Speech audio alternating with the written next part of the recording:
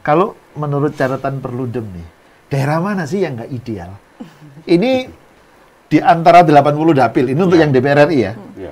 Jangan-jangan lebih banyak yang nggak ideal dibandingkan yang ideal, misalnya begitu. Ada catatan nggak dari Perludem? Mana saja yang nggak ideal? Ya, mungkin ini secara umum dulu ya Pak Arief ya. Okay. Sebenarnya kalau kita bicara daerah pemilihan kan ini bukan sekedar tadi Pak Hasim sampaikan bagi-bagi arena kompetisi gitu ya, tapi daerah pemilihan itu kan juga media representasi konstituen dengan wakilnya. Misalnya saya dari Depok, Provinsi Jawa Barat 6, kursinya ada 6. Nah, 6 orang yang terpilih dari Jawa Barat 6 itu betul-betul merepresentasikan Depok dan Bekasi gitu ya. Jawa Barat 6 itu kan Depok dan Bekasi. Nah, itu sudah mencerminkan apa ya, kan salah satu prinsip yang tadi Pak Hasim sampaikan, sesuai dengan komunitas yang ada di sana gitu ya. Misalnya ada wilayah-wilayah, misalnya di Kalimantan ada etnis Dayak, Kutai gitu ya, itu terrepresentasi tidak dengan wakilnya di daerah pemilihan itu.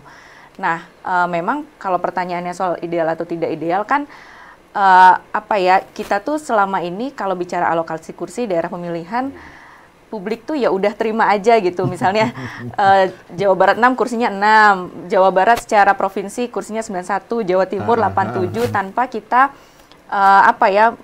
menghitung kembali tadi dari sisi proporsionalitas sudah sesuai atau belum sih gitu. Ini sesudah warga Jawa Barat misalnya yang penduduknya mungkin hampir 50 juta, 91 orang itu sudah mampu nggak mewakili warga Jawa Barat gitu, termasuk juga dengan provinsi yang lainnya. Nah, memang kemudian ketika proses dari alokasi kursi ini masih belum terlihat sudah betul-betul ada representasi atau setara antar provinsi gitu, karena ada provinsi yang kursinya kurang, ada provinsi yang kursinya lebih gitu ya. Misalnya daerah yang pernah mekar ya, contoh Sulawesi Selatan. Sulawesi Selatan kan waktu itu pernah mekar menjadi Sulawesi Barat.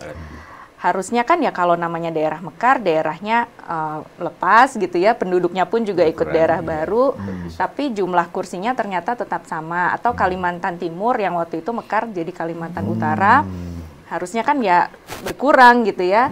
Tapi kursinya terdistribusi karena kan penduduknya kan juga ikut. Tapi ini kalau kemarin ketika ya kami sempat judicial review, Pak Rahman sampaikan nambah kursi mau, kurang kursi nggak mau gitu, berkurang kursinya nggak mau. Jadi dari sisi pendistribusian itu masih belum rata.